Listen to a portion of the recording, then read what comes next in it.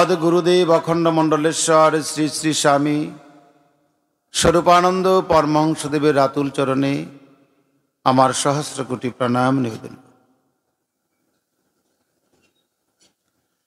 মদ গুরুদেবের সঙ্গে অবেদ জ্ঞানে জগতের সকল সদ্গুরুর চরণে আমার প্রণাম নিবেদন। প্রণাম নিবেদন করছি আমরা যার আঙ্গিনায় আমরা আশ্রয় গ্রহণ করছি লোকনাথ ব্রহ্মচারীজির রাতুল চরণে প্রণাম নিবেদন করছি। প্রণাম নিবেদন করছি আমার সম্মুখে যারা গৌর ভক্তবৃন্দ এবং কৃষ্ণ ভক্তবৃন্দ সকলের শ্রীচরণে আমার গুরুজ্ঞানে প্রণাম নিবেদন করছি। আপনারা সকলে আমার প্রণাম গ্রহণ করুন। সমবেত ভক্তমণ্ডলী মায়েরা ও ভক্তমণ্ডলী বাবারা, আমরা সকলেই সমবেত হয়েছি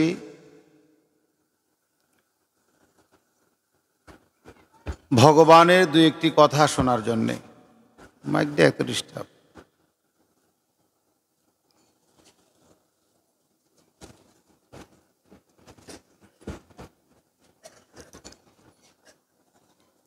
আমরা ভগবানের কথা শুনব গভীর মনোযোগ সহকারে। যেমন ধরে নেন, একটি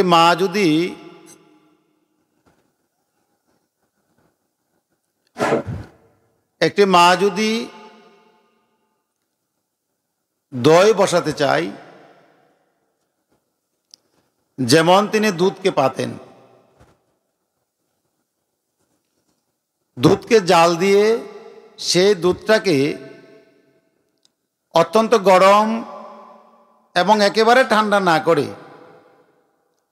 এমন একটি নীরব নিস্তব্ধ জায়গায় একটি পাত্রের মধ্যে, যেই পাত্রটি শুদ্ধ, যেই পাত্রটি তৈলে মাখা,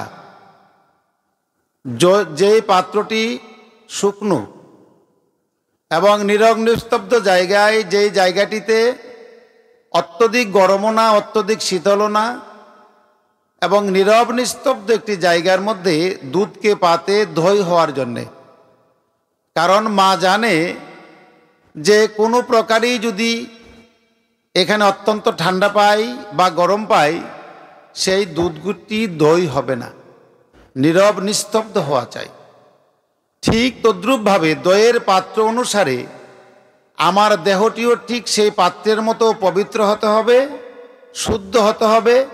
বাহির থেকে মনটাকে এনে গুটিয়ে আমার মধ্যে মনকে বসিয়ে একেবারে শুদ্ধ সুমহৎভাবে আমার দেহটাকে যখন পবিত্রভাবে বসিয়ে ভগবানের নাম শুনব, তখনই ভগবানের নাম ক্রিয়া করবে। একটু মন ভাষায়, একটু মন বাহিরে, একটু মন ভিতরে, একটু মন নিজের কাছে, মনকে দ্বিধাবিভক্ত রেখে কখনো ভগবানের নাম শুনলে সে ভগবানের নাম আমাদের ক্রিয়া করে না। যারই জন্যে আমাদেরকে মন্দির স্থাপন করা হয়েছে। মন্দির শব্দের অর্থ হচ্ছে মনকে যেখানে স্থির করা হয়, মনকে যেখানে সকল আসক্তি থেকে গুটিয়ে এনে মনকে যেখানে বসানো হয়, এটা হচ্ছে মন্দির। আমরা ঠিক সেই লোকনাথ বাবার মন্দিরে আমরা বসেছি। এই জন্যই আমাদের বিষয় ও বাসনা সব কিছুকে গুছিয়ে এনে বাবার শ্রীচরণ পাদপদ্মে যেন আমরা মনটিকে স্থির করে কিছুক্ষণ বসতে পারি, এর জন্যই মন্দির, নতুবা মন্দির কোনো প্রয়োজন ছিল না। সমবেত সুধী মণ্ডলী, আমরা ভগবানের কথা শুনব। একদিকে যেমন অনুষ্ঠান করতে করতে নিজের কণ্ঠ নষ্ট হয়ে গেছে, আরেকদিকে আপনাদের মাইকটাও আমার কণ্ঠের মতো হয়ে গেছে। যাক, তারপরে চলবে, বেশিক্ষণ সময় না, অল্প সময়। ভগবান গীতায় বললেন ভগবানের কথা হচ্ছে অমৃত। ভগবানের কথা কি? অমৃত। আর ভগবানের কথা রেখে আমরা যে বিষয় বাসনা নিয়ে থাকি তা হলো কি? বিষ। ভগবানের কথা অমৃত, আর ভগবানের কথা ছাড়া আর যে কথা আছে সেই সব কথা হচ্ছে বৃষ, অমৃত নয়। এই জন্যই ভগবান বলছেন, আমার কথাকে রেখে যারা অন্য কথা নিয়ে ব্যস্ত থাকে তারা অমৃত রেখে বীজ বক্ষণ করে। অমৃত খেলে মানুষ এপার থেকে ওপারে গিয়ে অমর হয়, চিরমঙ্গল হয়। এপারও যার মঙ্গল হয়, ওপারও তার মঙ্গল হয়। কি খেলে? অমৃত খেলে। আর যদি বিষ খায়, এপারও সে কষ্ট ভোগ করে, পরপারও কষ্ট ভোগ করে। আমরা জানি বীজ বক্ষণ করলে অপমিত্র হয়, বীজ বক্ষণ করলে এপারও যেমন তার শ্রাদ্ধ ক্রিয়াদি ঠিক হয় না, ওপারও তার মুক্তি লাভ হয় না। বীজ বক্ষণ, আত্মহত্যা, নিজে স্বেচ্ছায় মৃত্যুবরণ করলে তার সদ্গতি প্রাপ্ত হয় না। এই জন্য ভগবান বলছেন, অমৃত বক্ষণ করলে মানুষ এপার থেকে ওপারে গিয়ে চিরকল্যাণ হয়। আর যদি বীজ বক্ষণ করে, এপারও তার কষ্ট হয়, ওপারও তার কষ্ট হয়। এই জন্যই আমরা আত্মহত্যা থেকে দূরে থাকতে হবে, কারণ আত্মহত্যার শাস্ত্রে বলেছেন মহাপাপ। এই জন্যে মহাপাপ, আত্মহত্যাকারীকে ছুঁইলেও তাকে প্রায়শ্চিত্ত করতে হয়। আত্মহত্যা ব্যক্তিকে স্পর্শ করলে তার প্রায়শ্চিত্ত করতে হয়। আত্মহত্যা ব্যক্তি সবসময় প্রায়শ্চিত্তময়। এখন কি শুধু নিজে নিজে এই প্রাণ ত্যাগ করলেই কি মৃত্যু হয়? না, আমাদের শাস্ত্রের মধ্যে অনেক কিছু আছে, আমরা জানি যে সেগুলি করলে আমার মৃত্যু হবে, অতএব এটাই আত্মহত্যা। যেমন সহজে, প্রথমত ধরুন যে কেউ যদি ধূমপান করে, সহজ ভাষায় গীতায় ভগবান বলছেন, কেউ যদি ধূমপান করে সে শুকুরজনি প্রাপ্ত হয়, পরবর্তীকালে সে শুকুরজনি প্রাপ্ত হয়। এখন গীতাকে যদি আমি বিশ্বাস করি যে আমার মৃত্যুর পরে আমি শুকুরজনি প্রাপ্ত হব, তাহলে তো এটা দলিল। গীতা দলিল না আমাদের? দলিল। গীতা যদি দলিল হয়, তো মৃত্যুর পরে আমি অবশ্যই শুকুরজনি প্রাপ্ত হব, তাহলে তো আমি নিশ্চয়ই শুকুরজনি প্রাপ্ত হব। আমি জানি, আমি জেনে শুনে, মানব কুল একটি শ্রেষ্ঠ কুল, মনুষ্য কুল হচ্ছে শ্রেষ্ঠ কুল। ভগবান যত কিছু সৃষ্টি করেছেন, ভগবান হাতি অতি শক্তিশালী, সিংহ শাবক এত সুন্দর, এত সব কিছুর পরও ছোট্ট একটি পিপিলিকা সরীসৃপ থেকে আরম্ভ করে পৃথিবী ভূমণ্ডলে যা কিছু আছে সব কিছু ভগবান সৃষ্টি করেছেন আমাদের জন্যে। কিন্তু আমাদেরকে সৃষ্টি করেছিলেন ভগবানের জন্যে।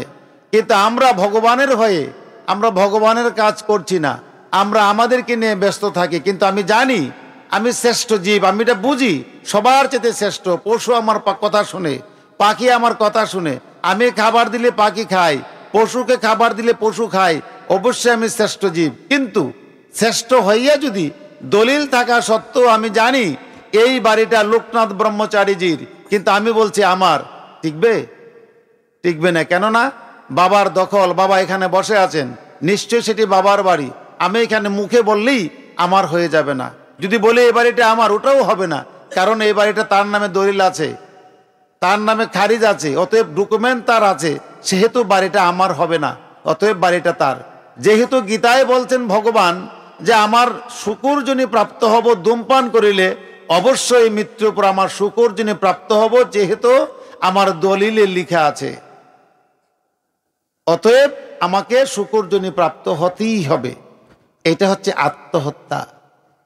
আমি মানুষ হয়ে জন্মগ্রহণ করেছি, কিন্তু আর মানুষ হয়ে আসার সম্ভাবনা নাই, অথচ আমি ভগবানের নিশ্চয়ই সেটি আত্মহত্যা। এই আত্মহত্যাটাই হচ্ছে মহাপাপ। যিনি সিগারেট খাবেন, যিনি গাঁজা খাবেন, যিনি কোনো প্রকার নেশা করবেন, জানতে হবে সে নিজে আত্মহত্যা করছে। শাস্ত্রে উল্লেখ করা হয়েছে এই যে আত্মহত্যার বিভিন্ন রূপ। কেউ যদি জুয়া খেলে, এটাও আত্মহত্যার শামিল। কেমন? আমাদের জুয়া খেলেছিলেন যুধিষ্ঠির মহারাজ, এই সময় নামটা ছিল পাশা। ওই নামটা ছিল কি? পাশা। এই পাশা খেলে যুধিষ্ঠির মহারাজ ভগবান শ্রীকৃষ্ণের সঙ্গে থাকা সত্ত্বেও যুধিষ্ঠির মহারাজ তার ধর্ম বুদ্ধিতে স্থির থাকতে পারেনি, কারণ তিনি ছিলেন ক্ষত্রিয়। তাকে ডাকা মাত্রই তিনি যুদ্ধে বা পাশা খেলায় ঝাঁপিয়ে পড়া তার ধর্ম ছিল। কিন্তু এই ধর্ম করার পরেও যুধিষ্ঠির মহারাজ বলেছিলেন যে আমি ভগবানের সঙ্গে থাকা সত্ত্বেও হে জীব তোমাদেরকে বলি, তোমরা কিন্তু জীব কুলে জন্মগ্রহণ করে এই কর্মটা করতে যাইও না। কোন কর্ম? জুয়া খেলতে যাইও না।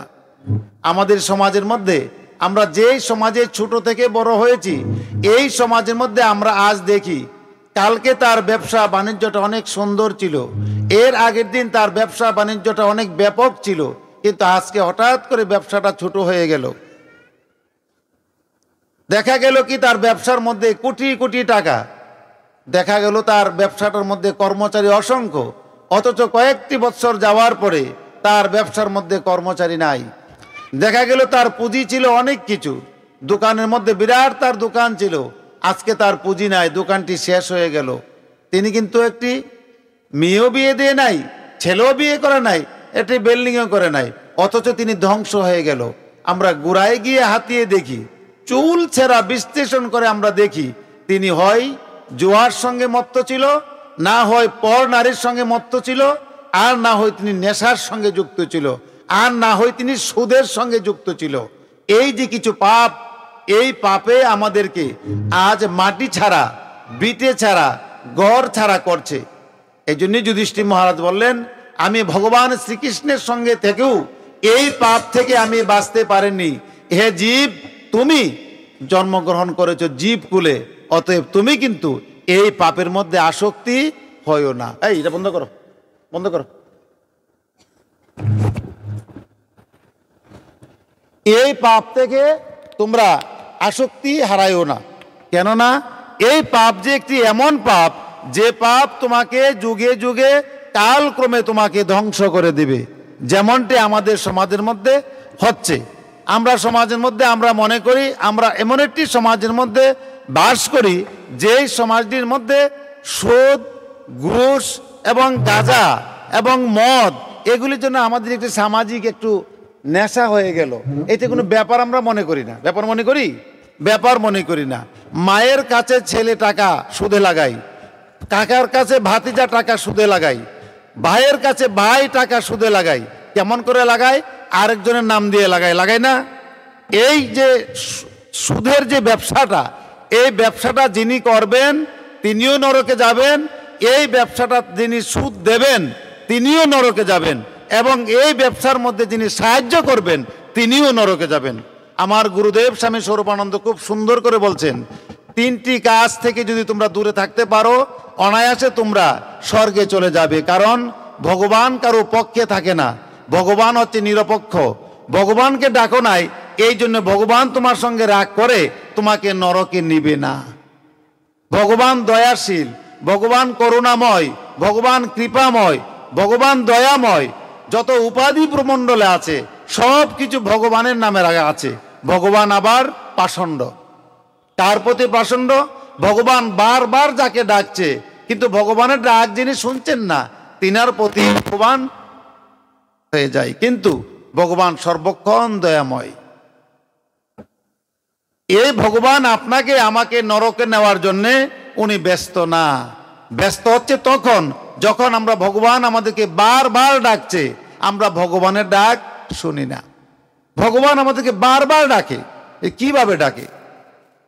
যেমন ধরে নেন আমার চুলগুলি পেকে গেল, দাড়িটা পেকে গেল। আমাদের শাস্ত্রের মুরব্বীরা বলে কারো যখন চুল পাকে প্রথম সমন আসে। এটা কেমন? কারো বিরুদ্ধে যখন কোর্টে মামলা হয় একটি সমন আসে, বাড়িতে একটি সমন আসে। এই সমনে বলে তুমি গিয়ে হাজিরা দাও, তোমার নামে মামলা হয়েছে। আমি হাজিরা দিলাম না। দ্বিতীয়বার আবার সমন আসে, তুমি গিয়ে কোর্টে গিয়ে হাজিরা দাও, তোমার নামে দ্বিতীয়বার সমন এসেছে। তৃতীয়বার আবার আমার কাছে সমন আসে, কিসের জন্যে? আমাকে হাজিরা দেওয়ার জন্যে। তখন যদি হাজিরা না দেই তখন ওখান থেকে ওয়ারেন্ট বাইর হয়, গ্রেপ্তারি পরোয়ানা বাইর হয়, তো তোমাকে যেখানে পায় সেখান থেকে ধরে নেওয়ার জন্যে। ধরে নিয়ে আমাকে কি করবে? বিচার করবে। ঠিক তদ্রূপভাবে যখন আমার চুল পাকে প্রথম আমার সমন, দ্বিতীয়বার যখন আমার দাঁত নড়ে দ্বিতীয়বার সমন, তৃতীয়বার যখন আমার অঙ্গ প্রত্যঙ্গগুলি একটু অবশ হয়ে আসে তখন তৃতীয় সমন। এই সমনও যখন শুনি না, তখন আমার একটি হাত একটি পা অচল হয়ে যায়, সমস্ত দাঁত চলে যায়, দুটি চক্ষু অন্ধ হয়ে যায়, হাঁটতে গেলে হাঁটতে পারি না, বসতে গেলে বসতে পারি না, খেলে আর হজম শক্তি হয় না, দিন দিন ঘুম হচ্ছে না, দিন দিন খাবার কমিয়ে আসছে আর ঘুম কমে আসছে। এক সময় যেমন আমাদের ঘুমাতে ঘুমাতে যেমন আমরা বড় হয়, আবার এক সময় না ঘুমাতে ঘুমাতে আমরা ছোট হয়ে শুকিয়ে মরে যাই। এই হচ্ছে আমাদের মানব জীবন। এই জন্যেই এই মানব জীবনটা আমাদের খেলার না। তাই আমাদের এই যে মহাজনগণ বিভিন্নভাবে বিভিন্ন সময় আমাদেরকে বলছেন, অঙ্গ অবশৈলে লইতে পারবে না, অঙ্গ অবশৈলে লইতে পারবে না, অঙ্গ দেহের বল তাকিতে না লইলে, অঙ্গ অবশৈলে লইতে পারবে না, দেহের বল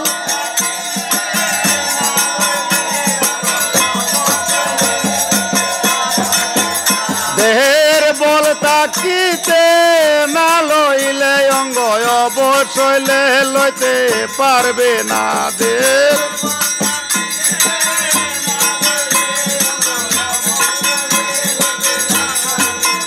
অঙ্গ অবশৈলে লইতে পারবে না, অঙ্গ অবশৈলে অঙ্গ অবশৈলে লইতে পারবে না, অঙ্গ হরি বল হরি বল হরি বল হরি বল,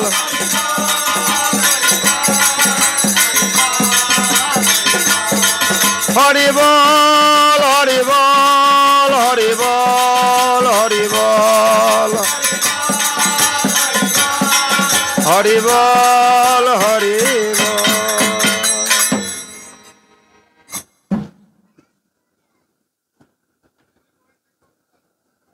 দেহে আমাদের অনেক বল আছে না?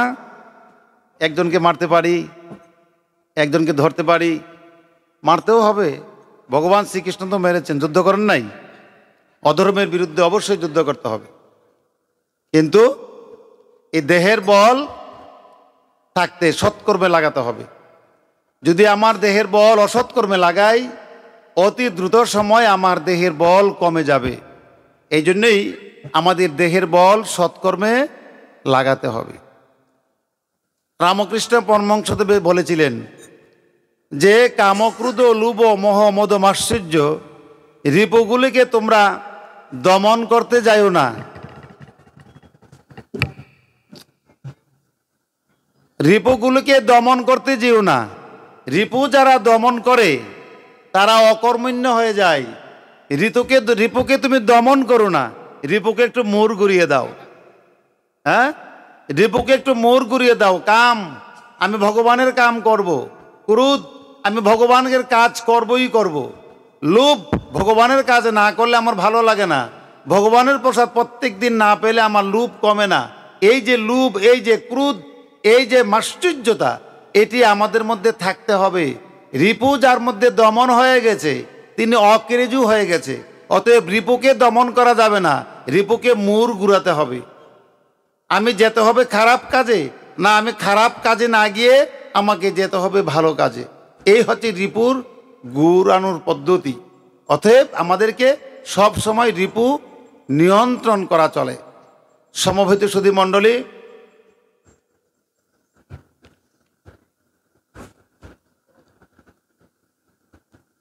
ভগবান শ্রীকৃষ্ণ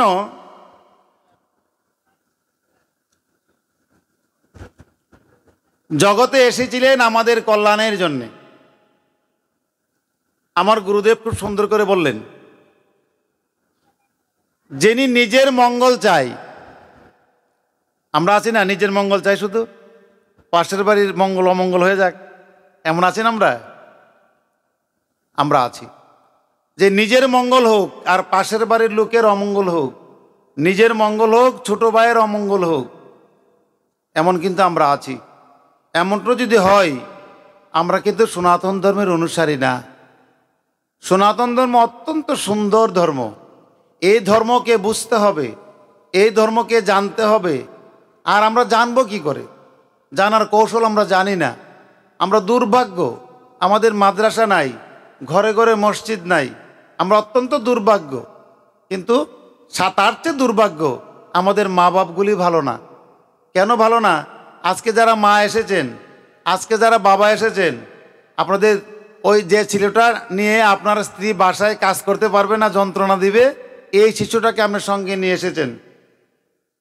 আর যে ছেলেটা কথাগুলি বুঝবে, যে ছেলেটা কথাগুলি শুনলে কাজে লাগবে, ওই ছেলেটাকে মা আর বাবা মোবাইলটা দিয়ে বাইরে ছেড়ে আসছেন, মোবাইলটা দিয়ে বাজারে ছেড়ে আসছেন। কারণ মোবাইলটা তার প্রিয়, মার চেয়েও প্রিয়, বন্ধুর চেয়েও প্রিয়, বাবার চেয়েও প্রিয় মোবাইলটা। এটাকে আমি প্রায় সময় বলি শয়তানের বাক্স। এই শয়তানের বাক্সর মধ্য দিয়েই আজকে ছেলেরা মেয়েরা অবৈধ সম্পর্ক করছে, অবৈধ নেশা করছে, অবৈধভাবে চলাফেরা করছে।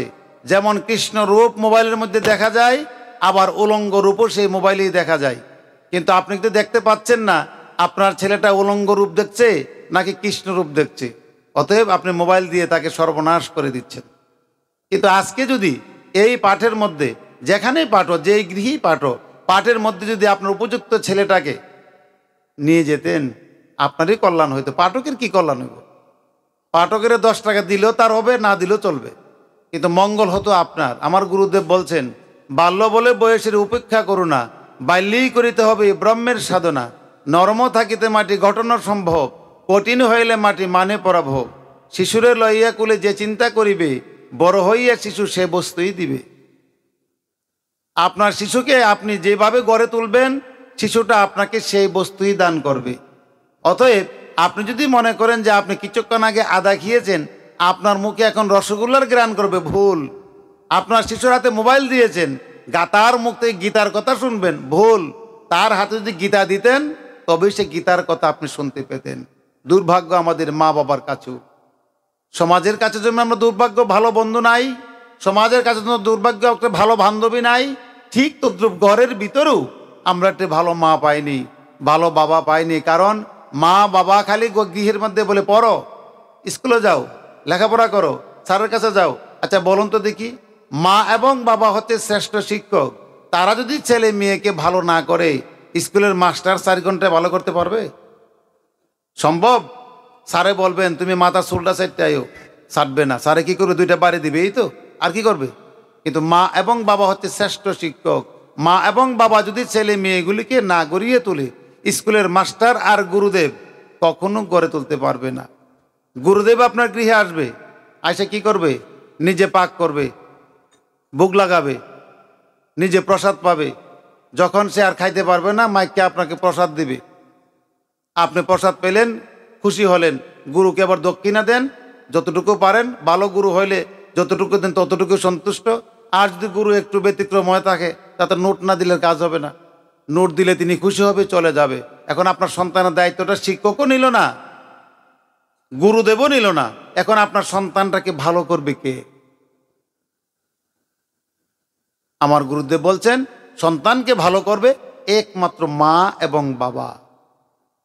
সকাল ও সন্ধ্যা যে মা এবং বাবা সন্তানের দিকে তীক্ষ্ণ দৃষ্টি রাখে, আমার ছেলে কি স্কুলের বই পড়ে নাকি গীতা পড়ে, আমার ছেলে কি মোবাইল টিপে নাকি ফেসবুক টিপে, এই দেখার দায়িত্বটা হচ্ছে মা এবং বাবা। আমি আপনাদের সকলের চরণে হাত রেখে বলি যে আমার একটা পিসিমা এখানে আছে, ছোটবেলা আমাদের দেখেছে। আমার ঠাকুরমা প্রত্যেক দিন ভোরবেলায় আমাদেরকে হাততালে দিয়ে কৃষ্ণ নাম করতেন আমাদেরকে নিয়ে। আমার ঠাকুরমা অত্যন্ত সরল সোজা লোক ছিল, আমাদেরকে নিয়ে কৃষ্ণ নাম করত। প্রত্যেক বৃহস্পতিবারে কৃষ্ণ নাম করতো, হরিসেবা দিত। এগুলির মধ্যে আমাদের থাকতে হতো, না থাকলে আমাদের বিচার করত। আমার মনে হয় ওই ছোটবেলার এই শাসনটাই মনে আমাদের কি জায়গাতে নিয়ে আসছে। এই জন্য আপনাদেরকে বলবো, অনুরোধ করব, দেখুন আপনার বাড়ি আছে, ঘর আছে, বিল্ডিং আছে, অনেক টাকার মালিক আছেন, আপত্তি নাই। আপনার আছে, আমার নাই, এতে দুঃখ নাই। কিন্তু আপনার টাকাটা যেন আপনার থাকে, আপনার বাড়িটা যেন আপনার থাকে, আপনার ঘরটা যেন আপনার থাকে, আপনার বিল্ডিংটা যেন আপনার থাকে। আপনার বিল্ডিংটা করেছেন এত কষ্ট করে, বিল্ডিংটা যেন থাকে, প্লাটটা যেন থাকে, এই চেষ্টাটা আপনার করতে হবে। কারণ ছেলে যদি মানুষ না হয়, ধার্মিক না হয়, তাহলে ছেলে এগুলি ধরে রাখতে পারবে না। ছেলে যদি মদ খায়, নেশা করে, জুয়া খেলে, সুদ খায় আর অন্যকে সুদ দিতে থাকে, আপনার বিল্ডিং কয়দিন লাগবে বেচতে? ছেলে যদি অসৎ চরিত্র হয়, অন্য নারীর পিছনে ঘুরে, এই আপনার ব্যাংকের টাকা কয়দিন থাকবে? আপনার ব্যবসা কয়দিন টিকবে? ভাগবতে বলেছেন, পদম পদম বিপদম বিপদতস্তং ত্রিয়া। বিপদে পদে আমাদের যেমন বিপদ, আবার আমাদের ব্যবসা বাণিজ্য সৎ পথে আপনি অর্জন করেছেন টাকা, কিন্তু সৎ পথের টাকাটা 100 টাকা আপনি সৎ পথে অর্জন করেছেন, 100 টাকা থেকে মাত্র 10টি টাকা আপনি মদ খেয়েছেন বা গাঁজা খেয়েছেন বা সুদ দিয়েছেন, অথবা আপনি পর নারীতে আসক্ত হয়ে খরচ করেছেন। ভগবান তার ভাগবতে বলছেন 90 টাকা তোমার অবৈধ হয়ে গেছে, এবং এই 90 টাকাও দুদিন আগে আর পরে ওই 10 টাকার সঙ্গে তোমার চলে যাবে। এই যে টুকিটাকি আমাদের শাস্ত্রীয় কথাগুলি আমরা ভালো করে জানি না, এই টুকিটাকি কথাগুলি আমরা ভালো করে জানি না, যার দরুন আমরা আমাদের সমাজের ব্যবস্থা দিন দিন আমরা দুর্বল হয়ে যাচ্ছি। আমরা ছোটবেলা আমরা দেখিনি কোনো সনাতনী মায়েরা মাটি কাটে, আমরা ছোটকালে দেখিনি কোনো হিন্দু ছেলে রিক্সা চালায়, কোনো হিন্দু মানুষ ভ্যান চালায়, মাটি কাটে, তারপরে ওই বিভিন্ন জায়গায় লেবারের কাজ করে। কাকা আপনারা দেখেছেন? দেখেননি? কিন্তু আজকে আমরা দেখছি তারা মাটি কাটে, তারা লেবারি করে, তারা আজ বিভিন্ন জায়গায় বিভিন্ন নিম্ন পেশার কাজ করে, বিভিন্ন পেশায় গিয়ে কাজ করে, বিভিন্ন ঘরে কাজ করে। কেন করে? কারণ আমাদের অর্থনৈতিক দুর্বল হয়ে যাচ্ছি। আর অর্থনৈতিক দুর্বল হওয়ার পিছনে সবচেয়ে বড় কারণ আমরা লক্ষ্মী পূজা করি, কিন্তু লক্ষ্মী পূজা করি সত্য, কিন্তু লক্ষ্মীর আইনগুলি আমরা মানি না। লক্ষ্মীর সঙ্গে যখন পেঁচা আসে তখন দেখবেন পেঁচার পায়ের মধ্যে সিঁদুরের ফোঁটা আর দান দুব্বা কত দেয়। আর যদি পেঁচা একা আসে তখন তো ঘরে বিক্রি করতে হবে, অলক্ষ্মী হয়ে গেল। এই হচ্ছে আমাদের কুসংস্কার। আজকে সকালেও নিতদার মুখ থেকে শুনলাম যে ওনার একজন ভাতিজানা নাতি মারা গেল। হ্যাঁ, নাতি মারা গেল। সে মহিলাগুলি বলছে যে আমরা তো অসুজ, আমাদের অসুজ, আমরা কি এই মন্দিরে বা পাঠে যেতে পারবো? কিসের অসুজ? আচ্ছা, এখন আমরা একটু গভীরে যাই। এই যে বাচ্চাটা মারা গেল, এই বাচ্চাটা, আমরা কি এখানে অনেক লোক আছি, আমরা কি কেউ মেরেছি? কেউ মেরেছি? আমরা কে মেরেছে? ভগবান। তো ভগবান যে মেরেছে, ভগবান কি এখানে এসেছিল নাকি ভগবান কাউকে পাঠিয়েছিল? পাঠিয়েছিল। কাকে পাঠিয়েছিল? না, যমদূত আসে না, বিষ্ণুদূত আর কৃষ্ণদূত। যিনি ভালো কাজ করে তাকে নিতে আসে বিষ্ণুদূত, আর যিনি খারাপ কাজ করে তাকে নিতে আসে কৃষ্ণদূত। না, যমদূত না, কৃষ্ণদূত। কৃষ্ণদূত মানে কৃষ্ণের দূত না, আমাদের যে ভগবান শ্রীকৃষ্ণ তার দূত না। কৃষ্ণ মানে কালো, দেখতে ভয়ঙ্কর, অসুন্দর, ওই দূত তাকে নিতে আসে। আর বিষ্ণুদূত মানে অনেক সুন্দর, বিষ্ণু অবতার, তাকে নিতে আসে। এখন বিষ্ণুদূত যাকে নিতে আসে, বিষ্ণুদূত কি পবিত্র না অপবিত্র? তাহলে জম দিয়ে এই যে আমাদের কি কৃষ্ণদূত কি পবিত্র না অপবিত্র?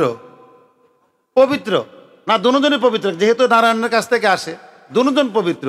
যেই বাড়িতে লোকটা ভালোই করুক আর খারাপই করুক, যেহেতু কৃষ্ণদূত বা বিষ্ণুদূত দুজন তো একজন তো এসেছে। আমরা জানি না সে স্বর্গে যাবে না নরকে যাবে, আমরা জানি না, কিন্তু এটুকু তো জানি যে কোনো একজন দূত এসেছে, জানি। যেহেতু অবশ্যই তার বাড়িতে কৃষ্ণদূত বা বিষ্ণুদূত এসেছে। যেখানে দূত এসেছে ভগবানের কাছে তাকে নেওয়ার জন্যে, এখানে আপনি আমি কি?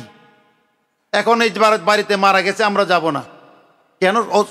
শৌচ, আমরা অশৌচ হয়ে যাবো, স্নান করতে হবে নাকি? দূত যে এসে গেল, এই বাড়ি কি পবিত্র হলো না অপবিত্র হলো? পবিত্র হলো। দেখুন ধর্মটা কি আমরা করি কি? যেই বাড়িতে ভগবানের দূত এসেছে এই বাড়িটা তো পবিত্র হয়ে গেছে। পবিত্র না হলে সে মৃত ব্যক্তির কাছে গীতা যাই করে, গীতা যাই কি করে? এই সময় তো গীতাটা আপনারা দৌত করেন না, করেন নাকি? গীতা পড়ে ফেলেন, গীতাটা তো ঘরেই রাখেন, গীতা দৌত করেন না, পড়েনও না, জলেও দেন না, গীতাটা ঘরে রাখেন, এটা পবিত্র হয় না। তুলসী বিক্ষে রাখেন তার মাতার কাছে, এটাও অপবিত্র হয় না। হয় এটা পবিত্র হয় না, তাহলে আপনার অপবিত্র হয় কি? শুধু আপনি, আপনার মনটা তো ছোট কেন? আমাদের মনটা তো ছোট কেন? আমাদের পাশের বাড়িতে একটা লোক মারা যায়, আমরা হিন্দু, আমরা সনাতন ধর্মের অনুসারী, সনাতন ধর্মের একটা লোক মারা গেছে, আমরা যাই না, মুসলমানরা এসে বাড়িটা পড়ে যায়, আর মুসলমানরা আমাদের গালি দেয়, দেখ তোরা হিন্দুরা কত খারাপ, যে আমরা আইছি তো তারা আসে না, তারা ওই বাড়ির বাইরে দাঁড়ায় থাকে। এটা লজ্জার বিষয়, লজ্জার। এখান থেকে আমাদের শিক্ষা গ্রহণ করা উচিত, আমাদের ধর্মটা কি, আমরা কি করি। গৌরাঙ্গ মহাপ্রভু কত সুন্দর তার চরিত্র। গৌরাঙ্গ মহাপ্রভু এমন এক জিনিস, আপনি যদি গৌরের জীবনে না পড়েন, গৌরের জীবনে যদি আপনি হাত না দেন, গৌরাঙ্গ সম্পর্কে আপনি জানতে পারবেন না। আপনি তিলক করছেন, এই তিলক এক সময় ছিল না, গৌরে দিয়ে গেছে আপনাকে। আপনি মালা পরছেন, এই মালা এক সময় কৃষ্ণ ছিল কিন্তু মালা ছিল না, এই মালার গৌরে দিয়ে গেছে। আপনি নিরামিষ খান, এই নিরামিষও এক সময় ছিল না, গৌরে দিয়ে গেছে। কার্তিক মাস পালন করেন, গৌরে দিয়ে গেছে। বৈষ্ণব সেবা করেন, গৌরে দিয়ে গেছে। পঞ্চতত্ত্বের পূজা করেন, গৌরের সৃষ্টি। আপনি রাধা কৃষ্ণ হরে কৃষ্ণ কীর্তন করেন, এই কৃষ্ণ নামও এক সময় ছিল না, এই কৃষ্ণ নামও গৌরের সৃষ্টি করা। সব কিছু গৌরাঙ্গ মহাপ্রভু। এই জন্য গৌরাঙ্গ মহাপ্রভু বললেন, নিজ আচরি ধর্ম জীবকে শিখাই, আপনি না করিলে ধর্ম শিখানো না যায়। আমি যা করেছি তোমরা তা করো। গৌর কি করেছেন? গৌরাঙ্গ মহাপ্রভু একদিন শুনলেন যে নিতাই অসুস্থ, এই হরিদাস অসুস্থ। গিয়ে জিজ্ঞেস করলেন, হরিদাস তুমি অসুস্থ? তো প্রভু 3 দিন পর্যন্ত আমি মালা জপ করতে পারি না। কেন? আমার আঙ্গুলগুলি অবশ হয়ে গেছে, আর জপ করতে পারি না। প্রভু আমি 3 দিন পর্যন্ত আপনার প্রসাদ পাই না, কারণ আমি প্রসাদ গ্রহণ করতে পারি না। প্রভু আমি 3 দিন পর্যন্ত ভালো করে দেখি না, কুয়াশা কুয়াশা দেখি। প্রভু আমি 3 দিন পর্যন্ত বিছনা থেকে উঠতে পারি না, তোমার নাম আমি কি করে নেব? হরিদাস তুমি তো আমার সঙ্গে থেকে বহু কিছু করেছ, বহু গুণকীর্তন করেছ, বহু নাম করেছ, তোমাকে আমি বহুবার বলেছি হরিদাস তুমি আমার কাছে কিছু চাও, কিন্তু তুমি কোনোদিন কোনো কিছু চাওনি। হরিদাস আজকে কি চাবে? তো প্রভু আজকে আমি চাবো। আজকে তুমি কি চাইবে হরিদাস? প্রভু তোমার কাছে আজকে আমি কয়েকটা জিনিস চাবো। কি জিনিস চাবে? প্রভু আমার চোখটিতে তুমি কুয়াশাগুলি সরিয়ে দাও, যেন আমি মৃত্যুকালে তোমাকে দেখতে দেখতে মৃত্যুবরণ করি। হরিদাস তুমি আমার জিহ্বাটাকে, হরিদাস বলছেন প্রভু তুমি আমার জিহ্বাটাকে একটু তুমি সচল করে দাও, যেন তোমার নাম নিতে নিতে আমি মরতে পারি। আবার বললেন প্রভু তুমি আমাকে এই করো যে আমি মৃত্যুকালে যেন তোমার কুলে মাথায় রেখে আমি মরতে পারি। হরিদাস আবার বললেন প্রভু তুমি আমাকে এই করো যেন আমি আমার তোমার পদরজ যেন প্রাণ করতে করতে আমি মৃত্যুবরণ করি। এই কথা বলতে না বলতেই প্রভু বললেন তথাস্তু তাই হবে। প্রভু বসলেন, প্রভুর কুলে তার মাথায় রেখে হরিদাস প্রাণ ত্যাগ করল। আমার মরণ কালে, আমার মরণ কালে হরে কৃষ্ণ রাম নাম রাখিও শরণে।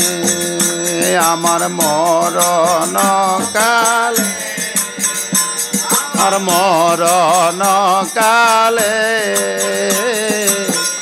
হরে কৃষ্ণ রাম নাম রাখিও শরণে। গুরু গো মরণ কালে করিও হরি নাম দিও, বুকে দিও গীতা খানি, কর্ণে দিও নাম হরে কৃষ্ণ রাম নাম রাখিও শরণে। গুরু মরণ কালে, আমার মরণ কালে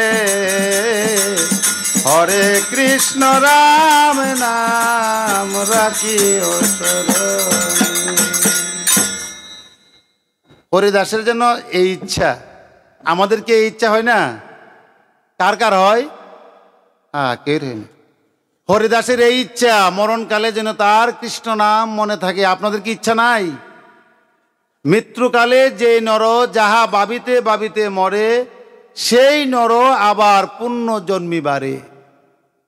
ভরত রাজা হরিণ পালতেন, হরিণ খুব আনন্দ করে, সেই হরিণ পেলে এত আনন্দ, হরিণটাকে এত আদর করত। কিন্তু মৃত্যুকালে পুত্রকে বললেন, পুত্র আমি তো চলে যাব, আমার হরিণটাকে তুমি একটু দেখাও। হরিণের উপরে তার হাত রেখে তিনি মৃত্যুবরণ করেছিলেন। শাস্ত্রে কথিত আছে তিনি হরিণ হয়েই জন্মগ্রহণ করেছে। হরি হরি বল, হরি বল।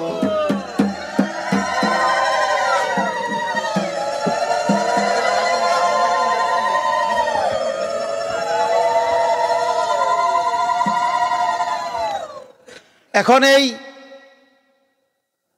মৃত্যুকালে যদি আমরা, ঠাকুরের কথা একটা মনে পড়ল, রামকৃষ্ণ পরমহংসদেব বলছিলেন জীব কত,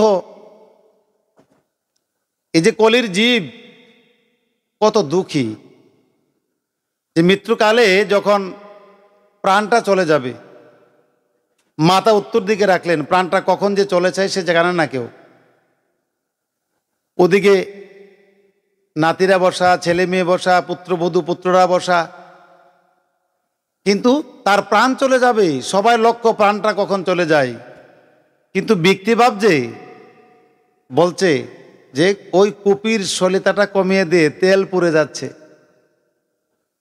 আজকে কিন্তু আমরা কুপি ব্যবহার করি না, কিন্তু ঠাকুর বলছেন যে দেখ জীব কত সংসারের প্রতি কত মায়া আসক্ত, যে সে বলছে যে সলিতাটা কমিয়ে দিয়ে, জীবন বাতি তার নিভে যাচ্ছে, এটার দিকে তার খেয়াল নাই, তার খেয়াল ওই কুপির তেল, কেরোসিন তেল পুড়িয়ে যাচ্ছে। আমরা কিন্তু এমন, আমরা ছেলের জন্য কাঁদি, মেয়ের জন্য কাঁদি, সংসারের জন্য কাঁদি, ছেলে বিদেশ আছে তার জন্য কাঁদি, ব্যবসার জন্য কাঁদি, কিন্তু আমরা একবার নিজের জন্য কাঁদতে পারি না। এই সময় আমাদের নাই। কিন্তু আমাদের বুঝতে হবে আমাদের সঙ্গে কেউ যাবে না। হরিদাস যেমন করে কাঁদছেন, যেমন করে বলছেন যে মরণকালে প্রভু আমি যেন তোমার নামটি স্মরণ করতে চাই, কানে শুনতে চাই, চোখে দেখতে চাই, হাতে তোমাকে ছুতে চাই, মরণকালে তোমার পাদুপদ্মে আমার মস্তক রেখে মরতে চায়। এই ইচ্ছাটা যার আছে সেই হচ্ছে সাত্ত্বিক ভক্ত। ভক্ত কয় প্রকার? 3 প্রকার। যে ভক্ত বলে ভগবান তোমার পাদপদ্মে আমি মাথায় রেখে মরতে চাই, এই ভক্ত হচ্ছে সাত্ত্বিক ভক্ত। আর যেই ভক্ত বলে ভগবান এই দুনিয়াতে আর আসবো না, ভালো ভালো খেতে চাই, মরতে চাই, রাজসিক ভক্ত। আর যে ভক্ত বলে কোনো প্রকার আসি আর কোনো প্রকার চলে শেষ করে দিয়ে যাই, এই ভক্ত হচ্ছে তামসী। অতএব আমাদেরকে সাত্ত্বিক ভক্ত হবে সর্বক্ষণ, সবসময়। বিষয় বাসনা কিছু তো অন্তরে থাকবেই। নদীতে নৌকা আছে না, আমরা কিন্তু নৌকাটা পার হয়ে এখানে আসছি। এই নৌকার মধ্যে জল আছে, যে নৌকার মধ্যে জল কম ওই নৌকাটা দিয়েই আমরা পার হয়ে আসতে পারছি। আর যেই নৌকার মধ্যে বাতা পরিমাণ জল, এই নৌকা কিন্তু আর আমাকে নিয়ে আসতে পারবে না, ডুবে যাবে। ঠিক তদ্রূপভাবে কামনা বাসনা পাপ তো আমাদের থাকবেই, কিন্তু পরিমাণে যেন কম থাকে, কম যেন বেশি না থাকে, কম থাকে, যেই পাপের উপর ভর করে আমি পার হতে পারবো। আর যেই নৌকার মধ্যে বাতা পরিমাণ জল, আমাদের পাপে 16 কণা পূর্ণ হয়ে গেল, এই পাপ করে আমরা কখনো পার হতে পারবো না। ভগবান শ্রীকৃষ্ণ কত দয়ালু, কত কৃপালু। শিশুপালকে মারে না। কারণ পিসিমার সঙ্গে কথা দিয়েছে, পিসিমা তোমার ছেলেকে আমি মারবো না, যদি সে 100 পাপ করেও তবুও মারবো না। পিসিমা বললেন ঠিক আছে ভাইপুত্র, আমার ছেলেকে তুমি 100 পাপ করলেও তুমি তাকে মেরো না, কিন্তু 101টি পাপ যদি করে তাকে তুমি মেরে পেলো। শিশুপাল পাপ করতে আরম্ভ করলো, বলল গালি দিল ভগবানকে 1টি, ভগবান গণতে আরম্ভ করলো। গালি দিল 2টি, ভগবান গণতে আরম্ভ করলো। 1, 2, 3 করে যখন 100 পাপ হলো, ভগবান শ্রীকৃষ্ণ সুদর্শনকে আহ্বান করলো। সুদর্শনের আহ্বানে শিশুপাল মরে গেল। শিশুপাল কে ছিল? ভগবানের কি লাগে? কেমন ভাই? আমরা পিসত্তমের কত আদর করি, আর ভগবানের পিসাত্য ভাইকে ভগবান নিজে হত্যা করেছে, কারণ তার ষোলকলা পূর্ণ হয়ে গেছে। ঠিক তদ্রূপভাবে আমাদের যখন ষোলকলা পূর্ণ হবে তখন আমাদেরকে মেরে ফেলবে। আমাদের যৌবন থাকতেই মেরে ফেলবে, বয়স থাকতে আমাদের চলে যেতে হবে, পয়সা করি থাকতে আমাকে চলে যেতে হবে, বিল্ডিং রেখে আমাকে চলে যেতে হবে, কারণ আমার ষোলকলা পূর্ণ হয়ে গেল। তাই আমাদেরকে সবাইকে, আমি থেকে আরম্ভ করে আপনি পর্যন্ত সবাই, যাতে আমাদের ষোলকলা পূর্ণ না হয়। পাপ তো আমরা করি, পাপ করতে করতে আমরা বড় হয়েছি, আবার পাপ করতে করতে আমাদের দেহ অবসান হবে, কিন্তু পাপের পরিমাণ যেন অজানা হয়, জেনে যেন পাপ আমি না করি। এখানে গেলেই আমাদের পাপ কিছু কমবে, তবেই আমাদেরকে রক্ষা হবে। এই কথাটাই আমাদের হরিদাস প্রভুকে বললেন, প্রভু গো, আমি যেন তোমার কোলে মাথা রেখে মরতে পারি। হরিদাস সেদিন সেই গৌরাঙ্গ মহাপ্রভুর উরুতে মাথা রেখে হরিদাস প্রাণ ত্যাগ করল। গৌরাঙ্গ মহাপ্রভু তাকে ধরে বিলাপ করতে আরম্ভ করল। সেই চৈতন্য চৈতামিতে প্রায় 4 পৃষ্ঠা পর্যন্ত গৌরাঙ্গ মহাপ্রভুর বিলাপ করেছেন। গৌরাঙ্গ মহাপ্রভু তাকে কাঁধে করে নিয়ে তাকে দাহ করলেন। দাহ করার পরে তিনিই শ্রাদ্ধ করলেন, তিনিই তাকে পিণ্ডদান করলেন, তিনি তাকে উদ্ধার করলেন। এই যে একটি বিষয়, গৌরাঙ্গ মহাপ্রভু যেখানে হরিদাস দেহত্যাগ করেছে, তাকে ছোঁয়ার পরে তিনি অপবিত্র হন নাই, আর আমরা অপবিত্র হয়ে যাব। ওই কথা থেকে কিন্তু কথাটা আসলো। গৌরাঙ্গ মহাপ্রভু যেখানে হরিদাস যবনের ছেলে, ব্রাহ্মণের সন্তান নয়, শূদ্রের সন্তানও নয়, ক্ষত্রিয়ের সন্তানও নয়, হরিদাস ছিল মেচ্য সন্তান। মেচ্য সন্তান হওয়ার পরেও হরিদাসকে ভগবান তার কোলে আশ্রয় দিয়ে তার মৃত্যু গ্রহণ করার পরে তাকে তিনি কোলে গ্রহণ করে তাকে রেখে তিনি তার দাহ করলেন। তিনি অপবিত্র হলেন না, আর আমি আর আপনি অপবিত্র হয়ে যাব। নীলাচলে যখন গৌরাঙ্গ মহাপ্রভু গিয়েছিলেন তখন তিনি কীর্তন করতেন। যে কথাটি বলছিলাম, এই গৌরাঙ্গ মহাপ্রভু যখন নীলাচলে কীর্তন করে এভাবে, তখন ওই তার সঙ্গে তো পার্শ্বদ ছিল, আর 10-20 জন পার্শ্বদ ছিল না, এমন পার্শ্বদ ছিল। তো যেই বাড়িতেই কীর্তন করে, এই বাড়িতে গিয়ে কীর্তন করে, এ বাড়িতে কীর্তন করার পরে ওই 10 জনের মধ্যে 5 জন ওই বাড়িতে যায়, আর 5 জন বাইরে দাঁড়িয়ে থাকে। তো প্রভু আরেক বাড়িতে কীর্তনে যায়, ওই 10 জন ওই বাড়িতে ঢুকে, আর 15 জন ওই বাড়িতে ঢুকে না। কিন্তু প্রভু তো সবার বাড়িতে যায়, সবার বাড়িতে যাচ্ছেন। তো প্রভু বললেন যে ব্যাপার কি? তখন জিজ্ঞেস করার পরে উত্তর দেয় যে ওই 5 জন লোক ওই বাড়ির সীমানাতে ঢুকবে না, কারণ তারা যাতে শিল বাড়িতে তারা ঢুকবে না। আর কিছুক্ষণ যাওয়ার পরে জিজ্ঞেস করলো, তারা ওই বাড়িতে ঢুকে না কেন? তারা হচ্ছে কৈবর্ত সম্প্রদায়, এই জন্য তারা ঢুকবে না, তারা কায়স্থ, এই জন্য তারা এই বাড়িতে ঢুকবে না। আর কিছুক্ষণ যাওয়ার পরে বললেন তারা সাহা, এই জন্য তারা নমশূদ্র, এই বাড়িতে তারা ঢুকবে না।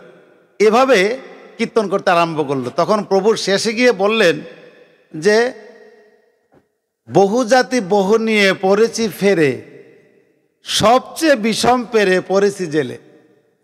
অর্থাৎ ওই নীলাচলে সমস্ত সম্প্রদায় ছিল কৈবর্ত সম্প্রদায়, এর মধ্যে দলাদলি ছিল বেশি। প্রভু বলতেছেন যে এই যে এখানে এসে এমন একটি ফেরে পড়লাম, প্রত্যেকটা জেলে বাড়িতেই সমস্যা। কিন্তু গৌরাঙ্গ মহাপ্রভু ব্রাহ্মণের সন্তান, তিনি কি কারো বাড়িতে যায়নি? নমশূদ্রের সমস্যা, কায়স্থের সমস্যা, শিলের সমস্যা, সূত্রধরের সমস্যা, ঘোষের সমস্যা, কিন্তু মহাপ্রভু ব্রাহ্মণের সন্তান হওয়ার পরও ওনার কোনো সমস্যা নাই। দেখছেন তার চরিত্র কত সুন্দর। এই হচ্ছে গৌরাঙ্গ মহাপ্রভু। গৌরাঙ্গ মহাপ্রভু এক বাড়িতে বৈষ্ণব সেবাতে গিয়েছেন। বৈষ্ণব সেবাতে যে গিয়েছেন, যাওয়ার আগে হরিদাস, নরোত্তম দাস এদেরকে পাঠিয়েছেন, গিয়ে তোমরা গিয়ে পাক করে গিয়ে ভোগ রাগ করো, আমি পরে আসব। তারা সকলেই চলে গেলেন প্রভুর নির্দেশে। গিয়ে তারা পাকান্ন করে ভোগ রাগ করেছে। এখন প্রভু গিয়েছেন প্রসাদ পাবে, কিন্তু গিয়ে দেখে পাশের যে ঘরটা, এই ঘরের দরজাটা আটকানো, লাগানো। তো গৃহে ঢুকেই জিজ্ঞেস করছে যে, ওই চৈতন্য চরিত্রের কথাটা এমনভাবে বলছেন যে গৃহে ঢুকে প্রভু জিজ্ঞাসিলেন তারে, পাশের ঘরের দরজা কপাট কেনে মারে। আচ্ছা, পাশের ঘরের দরজাটা কপাটটা লাগানো কেন? কেহ নাহি কথা বলে প্রভুর সঙ্গে উচলিয়া মহিলা হাস্যস্বরে বলে। মহিলারা কিন্তু কথা আগে কয়, কেউ কিন্তু কথা কয় না। একটা মহিলা হাসি দিয়া বলতেছে, ঝগড়া করিবারে তোরে জাল আর জালে কপাট মারিয়ে তারা বাপের বাড়ি চলে। চৈতন্য চরিত্র কথাগুলি ঠিক এমন যে ওই দুই জালে ঝগড়া করেছে, করে তারা বৈষ্ণব সেবার আগেই বাপের বাড়ি চলে গেছে। তখন মহাপ্রভু বললেন, কপাটও খুলো তুমি, ধরো তাড়াতাড়ি, বৈষ্ণব সেবা নাহি যাবে রণগড়ি। আমি আর যুদ্ধ করব, এই ঘরের দরজা খুলতে হবে, তাকে আনতে হবে, তারপর প্রভু এই বাড়িতে সেবা করবে। তৎক্ষণাৎ এই বাড়ির কর্তা চলে গেলেন একটু কাছেই তার বাবার বাড়ি। তার বাবার বাড়িতে গিয়ে তাকে এনে গৌরাঙ্গ মহাপ্রভুর সামনে হাজির করলেন। হাজির করার পরে বললেন, তোমার ঘর? হ্যাঁ। দরজা খুলো আগে। দরজা খুলেছে, ওই ঘরে গিয়ে প্রভু বসেছে, আমাকে এইখানে তুমি সেবা দাও। এই হচ্ছে গৌরাঙ্গ মহাপ্রভু। আর আমরা বৈষ্ণব সেবা দিই জালেরে কই না, বাইরে কই না, এমন আছে না? এরে কই না, বাইরে, এর কাম লাগতো না, এর সারা কত বেড়ে আমার বাড়িতে কই না আমরা, হবে না বৈষ্ণব সেবা। বৈষ্ণব সেবা হবে না, দ্রৌপদীর বৈষ্ণব সেবা। গত পাঠে বলছিলাম না বৈষ্ণব দ্রৌপদীর কথা, মনে আছে না আপনারা? এই দ্রৌপদীর বৈষ্ণব সেবা, দ্রৌপদীর মতো বৈষ্ণব সেবা দিতে হবে মনের অহংকার শূন্য হয়ে। এই হচ্ছে গৌরাঙ্গ মহাপ্রভুর চরিত্র। এমন যদি না হয় তবে আমাদের জীবন আর যৌবন সব বিষমকার। আসেন না, আমরা সবাই পরিবর্তন হই। পরিবর্তন গীতা তো সকলেই শুনি। গীতা শুনতে শুনতে আমরা সবাই একবারে পারদর্শী হয়ে গেছি। শুনছি গীতা পাঠ, কিন্তু গীতা শুনছি সত্য, গীতা কিন্তু আমরা পালন করি না। গীতা হচ্ছে জ্ঞান। প্রত্যেকটি কথা যুদ্ধক্ষেত্রে এমনভাবে বলছেন ভগবান অর্জুনকে, আরও 5,000 5,500 বৎসর হয়ে গেছে, আর যদি 5,500 কোটি বৎসরও হয়, গীতার কথা একটি পুরাণ হবে না। গীতা এমন একটি জিনিস, বেদের সার কথাগুলি গীতার মধ্যে আছে। অতএব গীতার কথাগুলি আপনার ছেলেকে, আপনার মেয়েকে, আপনার সংসারের মধ্যে প্রত্যেক দিন যে লেখাপড়া জানে তাকে দিয়ে একটু পাঠ করান এবং নিজে শুনুন, অন্যকে শোনান, দেখবেন আপনার সংসার গীতাময় হয়ে যাবে। আর যদি মনে করেন যে না তা করব না, তাহলে ওই কবিরাজের বাড়িতে দৌড়তে হবে, জল ভরা আর তাবিজ, এছাড়া আর উপায় নাই। কিন্তু জল পড়ার তাবিজ কাজ করে। যদি ভগবানের করুণা যেখানে না থাকে, এখানে জল পড়া কাজ করে। তাই সবার প্রতি অনুরোধ করব যে এই বিভিন্ন ভণ্ড কবিরাজদের পিছে না ঘুরে হরিনামের প্রতি নির্ভর করুন। হরিনাম ভক্তিপথ আপনাকে শান্তি দিবে, সুখ দিবে। এই জন্যই আমাদেরকে পথ চলতে হবে। নারদ চলছেন ভগবানের কাছে। কেন চললেন? ভগবানকেই বললেন, ভগবান কাছে গেলেন, গিয়ে বললেন, ভগবান আমি একটি প্রশ্ন করব আপনাকে। যে কি প্রশ্ন? প্রশ্ন হচ্ছে, বলরামের শিষ্য হচ্ছে এই দুর্যোধনের 100 ভাই, আর আপনার আত্মীয় হচ্ছে পঞ্চপাণ্ডব। তাহলে আপনি তো ভাইয়ের পক্ষ নিতে পারতেন কিছু। ভাইয়ের পক্ষ না নিয়ে আপনার পিসাতো ভাইয়ের পক্ষ নিলেন কেন? ভগবান বললেন, দুর্যোধন তুমি যাও, একটা মালা নিয়ে যাও। নারদ তুমি একটা মালা নিয়ে যাও। কোথায় যাব? মালা নিয়ে তুমি প্রথম যাবে দুর্যোধনের কাছে, গিয়ে জিজ্ঞেস করবে যে উত্তম কে, অধম কে আর মধ্যম কে। আবার সেই মালাটা নিয়ে যাবে যুধিষ্ঠির মহারাজের কাছে, গিয়ে বলবে উত্তম কে, অধম কে, মধ্যম কে। যে সঠিক উত্তর দেয় তুমি তাকে মালাটা দিবে। তখন নারদ চললেন বীণা বাজিয়ে। নারদ তো বীণাই বাজায় নাকি? কি বলে? নারায়ণ নারায়ণ নমো নমো নমো নমো নারায়ণ নারায়ণ।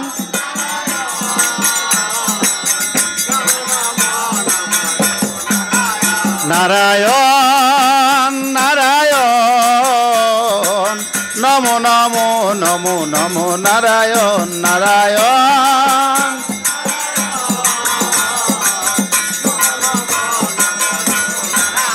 নারায়ণ নারায়ণ নমো নমো নমো নমো নারায়ণ নারায়ণ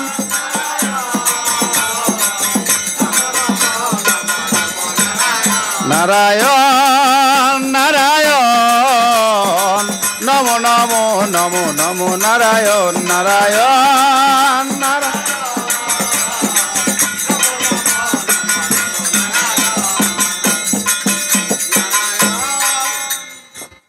আমি বন্ধ করলাম, তুমি বাজাও করে।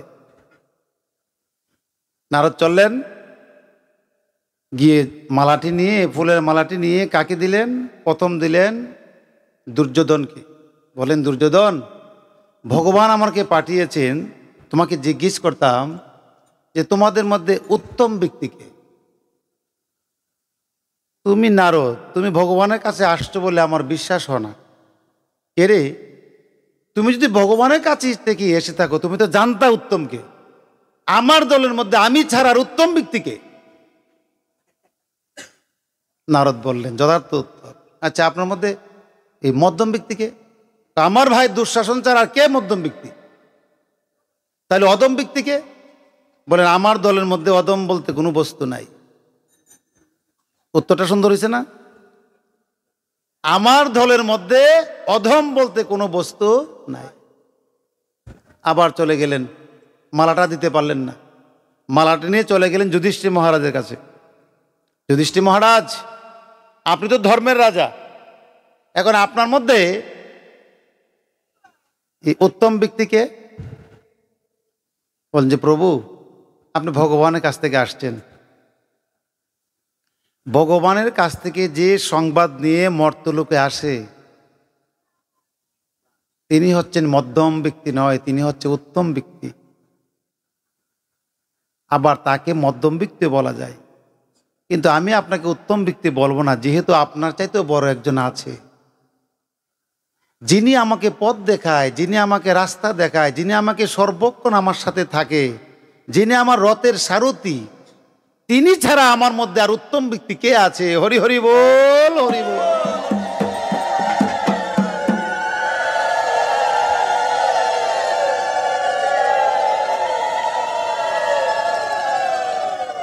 এই উত্তম ব্যক্তির সারথি কাকে বোঝাচ্ছেন? ভগবান শ্রীকৃষ্ণকে। আচ্ছা, আপনারা কথা বলেন না কেন সবাই? শোনেন, কিছু কিছু নাম আছে প্রাতঃস্মরণীয়। এসব নাম ঘুম থেকে উঠে নিতে হয়। বৈশিষ্ট্য, শ্রীরামচন্দ্র, দশরথ রাজা, সুখদেব গোস্বামী, এটা হচ্ছে প্রাতঃস্মরণীয় নাম। শ্রীকৃষ্ণ, গৌরাঙ্গ মহাপ্রভু, অদ্বৈত গোসাই, নিত্যানন্দ, এসব নাম হচ্ছে প্রাতঃস্মরণীয়। এইসব নাম যখন কেউ বলে, সঙ্গে সঙ্গে আপনিও বলবেন, এতে আপনার লাভ হবে। নাম স্মরণ করলেই লাভ। নাম স্মরণ করার সঙ্গে সঙ্গে আপনার শরীরের অজানা পাপগুলি ঝরে যায়। নাম স্মরণ করার সঙ্গে সঙ্গে আপনার পাপগুলি ঝরে যায়। রামকৃষ্ণদেব বলছিলেন, গাছের মধ্যে পাখি বসলে যেমন হাত তালে দিলে পাখিগুলি চলে যায়, ঠিক তদ্রূপভাবে আমাদের অজানা পাপগুলিও হরিনাম করলে ঝরে যায়। যুধিষ্ঠির মহারাজকে নারদ বললেন, তাহলে ভগবান শ্রীকৃষ্ণ যদি উত্তম ব্যক্তি হয়, তাহলে মধ্যম ব্যক্তিকে?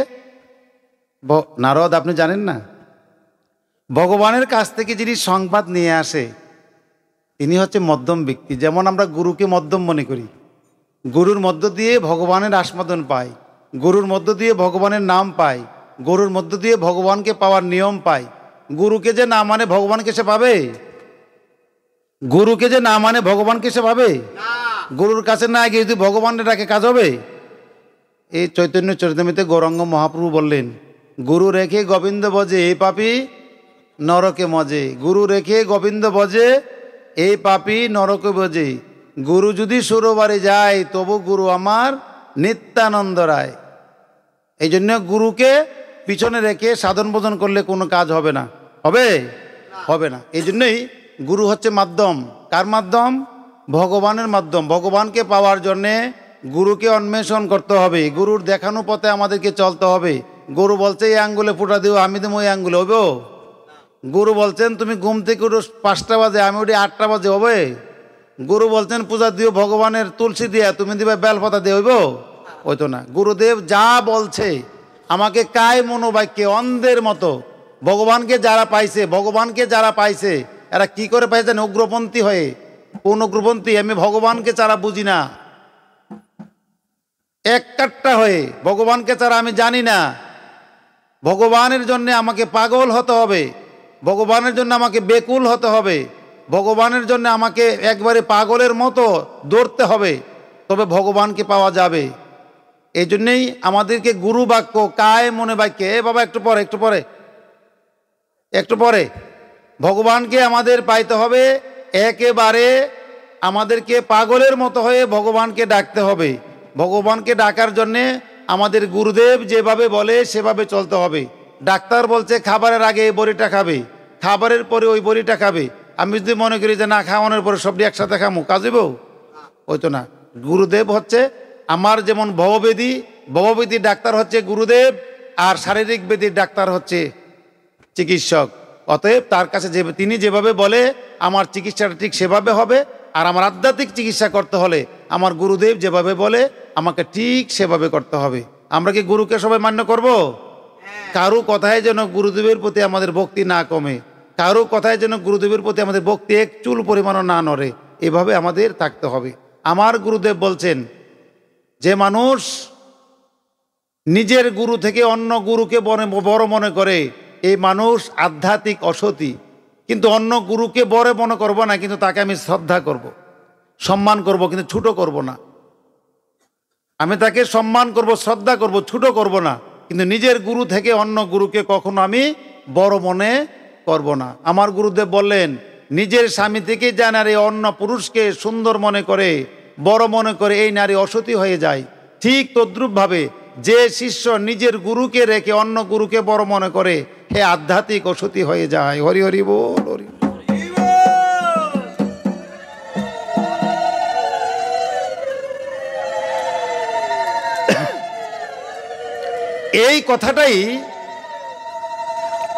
এই কথাটাই এই নারদ গিয়ে জিজ্ঞেস করলেন যুধিষ্ঠির মহারাজকে, মধ্যমকে।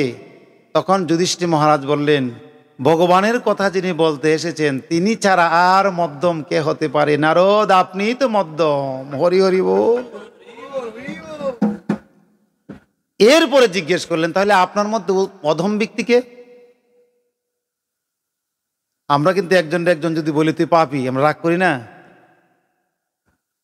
আর নিজে কিন্তু কয় ভগবানের কাছে, ভগবান আমি পাপী, আমি মহাপাপী, আমার মাফ করো। আর তুমি যে কয়া দেহ, তুমি কে কয়া দেহ তুমি পাপী, কি করে তোমার? নাকি ভগবান আমার কিচ্ছু নাই, আমি গরিব অনাথ, নাকি? আর তুমি কয়া দেহ তুই গরিব, দেহ কি ঝগড়া লাগে? কেউ বলতে পারবে না, কিন্তু ভগবানের কাছে নীরবে সে ঠিকই কয় যে আমি গরিব, আমি অনাথ, আমার কিচ্ছু নাই, ভগবান তুমি আমাকে দাও। নাকি বলি না আমরা? আসলে আমরা সবাই অনাথ, আমরা কেউ নাই। আমি অসুস্থ, আমার মাকে আমাকে বাঁচাতে পারবে? আমি রোগী, আমার বাবাকে আমাকে বাঁচাতে পারবে? আমার বাবা অসুস্থ ছিল, কই আমি তো বাঁচাতে পারিনি। মা মরে গেছে, তাকে রাখতে পারেনি। আজকে একটি অবুঝ সন্তান মরে গেল, তাকে তার আত্মীয় স্বজন বহু ছিল, কেউ তো তাকে রাখতে পারেনি। অতএব আমরা সবাই অনাথ, কেউ কারো না। আমাদের সব কিছু আছে কিন্তু আমাদের কিছুই নাই, আমরা সবাই অনাথ। অতএব লোকে যদি অনাথ বলে, লোকে যদি একটু গরিব বলে, আমরা কেন রাগ করব? এই কথাটাই চৈতন্য চৈতামিতে গৌরাঙ্গ মহাপ্রভু বললেন, অমানিকে মান দিয়ে তুমি ধর্ম করতে হবে। তৃণ হইতে নিচু হয়ে মান দিয়ে, যেই অমানি মানুষ, দুঃখী, কষ্ট, তাদেরকে সম্মান আমাদের করতে হবে। আর অমানিকে মান দিয়ে তৃণ হইতে নিচু হয়ে, এই যে দুর্বা যেমন নিচু, দুর্বা থেকে আরো নিচু আমাদের হয়ে আমাদেরকে ধর্ম করতে হবে, নতুবা ধর্ম আমাদের কোনো কাজে আসবে না। ঠিক যুধিষ্ঠির মহারাজ এই নিচুটাই হলেন। তিনি মহারাজ, ধর্মের রাজা, তারপরও তিনি নিচু হলেন। তিনি বললেন, নারদ, এই বিশ্ব ব্রহ্মাণ্ডের মধ্যে আমার চাইতে অধম ব্যক্তি আর কে আছে? এই বুধ শক্তি,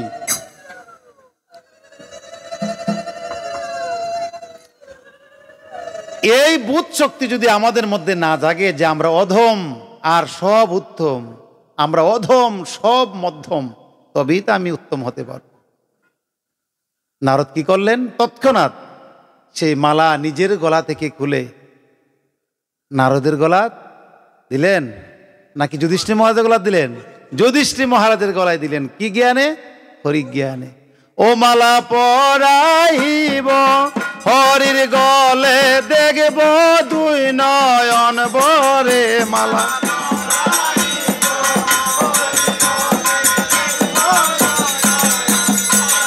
মালা পরাইব হরির গলে, দেখব দুই নয়ন ভরে। মালা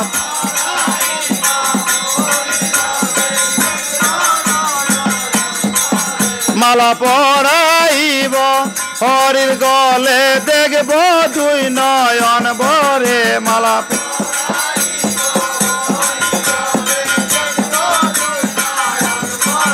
হরি বল বয়লারে, মালা পরাইব।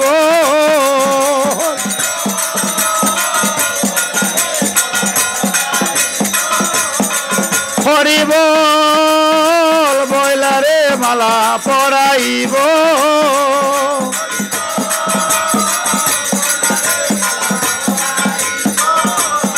ও মালা পরাইব হরি গলে, দেখব দুই নয়ন ভরে। মালা